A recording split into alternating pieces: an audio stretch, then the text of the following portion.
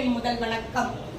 களை பொங்கும் வண்ணத்தில் கருத்தோங்குங்கிறதை பேச்சை செவிசாய்க்கும் மான்றோரே, குளிரோங்கும் காலத்தில் குணமோங்கும் தமிழை கேட்க குவிந்திருக்கும் அவையோரே, உங்கள் அனைவருக்கும் என் மறு வணக்கத்தினை தெரிவித்துக் கொண்டு எனது உரையை துவங்குகின்றேன்.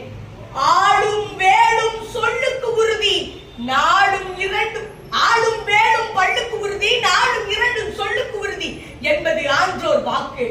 சீர்கெட்ட மனிதனை சீர்படுத்த இருவரிகள், அதுவே திருக்குறள் எனும் திருவரிகள்.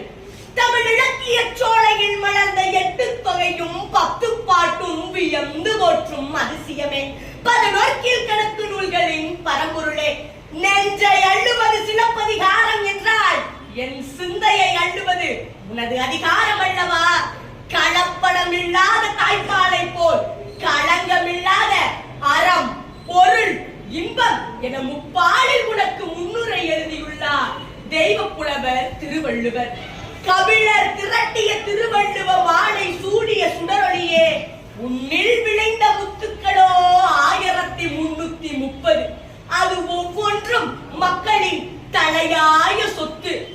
அறம் சொல்லும் நூலே, அறிவை வளர்க்கும் கூர்வாளே, ஓலை சுவடியே உனக்கு முதல் பதிப்பு.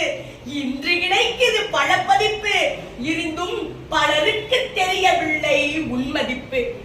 ஆங்கிலம் ஆளும் ஆங்கிலம் தொட்டு எளிய மக்களாம் நரிக்குறவர் பேசும் வக்கப்போலி வரை 107 மொழிகளில் மொழிபெயர்க்கப்பட்ட மொழி அரசியே என உன்னை வள்ளுவர் வியந்து பாடியுள்ளார்.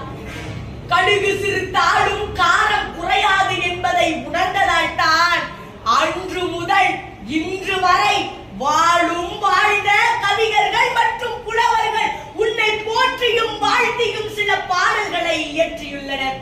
உதாரணமாக, தமிழ் கடவுளிடம் வேதம் படித்த அவ்வை அணுவை துளைத்தே கடலை புகட்டி குறுக்க தரித்த குரல் என பாடியுள்ளார். ரஷ்யாவில் உள்ள கிரெம்ளின் மாளிகையில் அணுவை கூட துளைக்க முடியாத சுரங்கத்தில் உன்னை வைத்து பாதுகாக்கின்றனர். இந்தியாவில் இருந்து கோகினூர் வைரத்தை கொள்ளையடித்து சென்று அருங்காட்சியகத்தில் வைத்து அழகு பார்க்கும் இங்கிலாந்தினாரோ, அதே அருங்காட்சியகத்தில் அவர்களின் புனித நூலாம் விவிலியத்தோடு உலக பொதுமுறையாம் திருக்குறளே உன்னையும் சேர்த்து அல்லவா அழகு பார்க்கின்றனர். உலக நாட்டு